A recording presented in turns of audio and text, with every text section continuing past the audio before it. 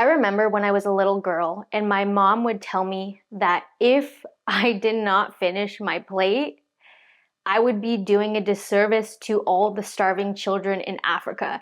I don't know if you also heard that growing up, but my parents grew up in Vietnam. They grew up in a very poor country.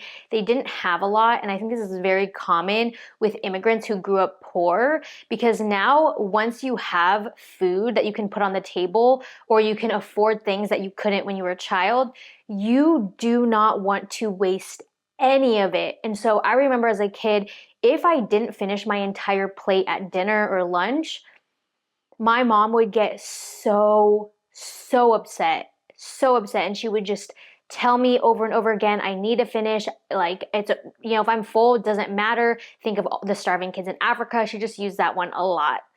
And that really stuck with me because growing up, I really conditioned myself to not listen to my hunger cues or fullness cues.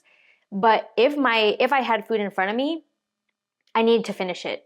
Leaving half on the plate, leaving a fourth on the plate, not finishing the entire meal, not taking home leftovers from dinner was essentially a sin in my household.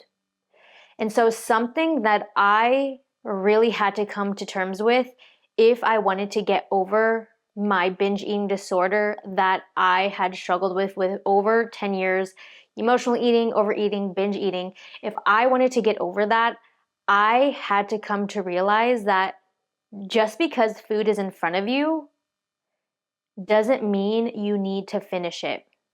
If you are full, if you are satiated, it's okay to push the plate away, to not finish it, to, holy crap, throw away your food.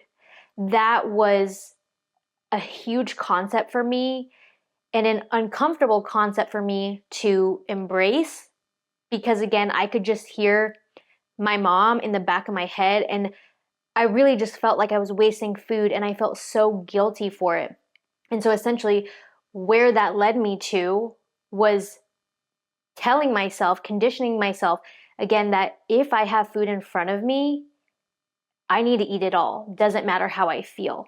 And part of binge eating and overeating and emotional eating is that you don't know how to listen to your hunger cues. You don't know how to listen to your body. You just see what's right in front of you and you want it and you finish it and it is what it is.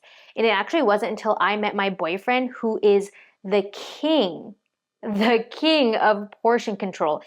He can have a delicious burger or ice cream in front of him and he'll leave half.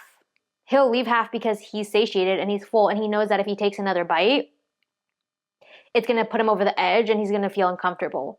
And that was a completely foreign concept to me because I was so good at not listening to my body and not listening to my hunger cues. And again, just eating what was in front of me and being more visually focused rather than internally focused of how do I feel? How is this going to make me feel after I eat it? So one thing that I had to learn how to embrace, a mindset shift that I had to learn how to embrace if I truly wanted to overcome emotional binge eating, was that I was allowed once and for all to not finish my whole plate or bowl or the food that was right in front of me.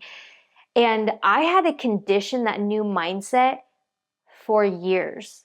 It was a daily practice that I had to do, a daily mantra that I had to repeat. It's okay to not finish your plate.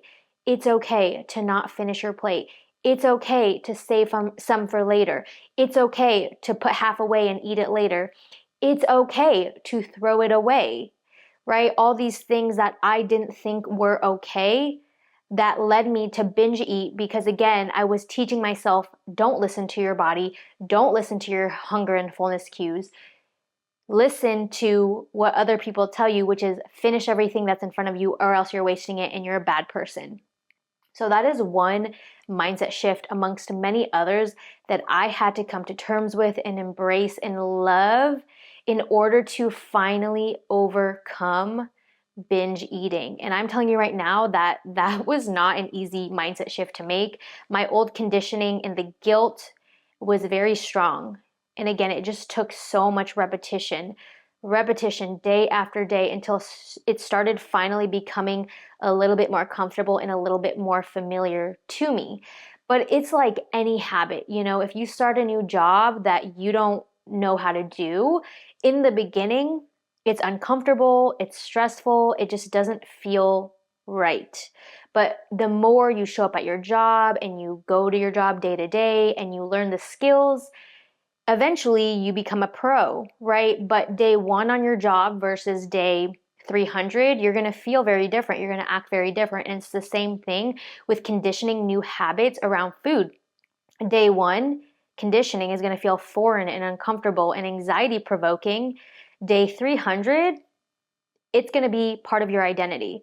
But you have to trust that if you are consistent day to day, you will start to make those changes and it will feel more comfortable to you, but it's not going to be immediate. And having those expectations is so important to understand the reality of how true lasting change actually works. So if you are new to this channel, hi, my name is Vivian, but you can call me Viv. If you want to work with me for one-on-one online nutrition and fitness coaching, where I help women overcome yo-yo dieting and master their fat loss, then go to www.teamevolve.co. You can also follow me on Instagram at Vivian No and on TikTok at Vivian No with an underscore at the end. Otherwise, if you want to see more binge eating content from me and how I was able to overcome it, then go ahead and click this video right here.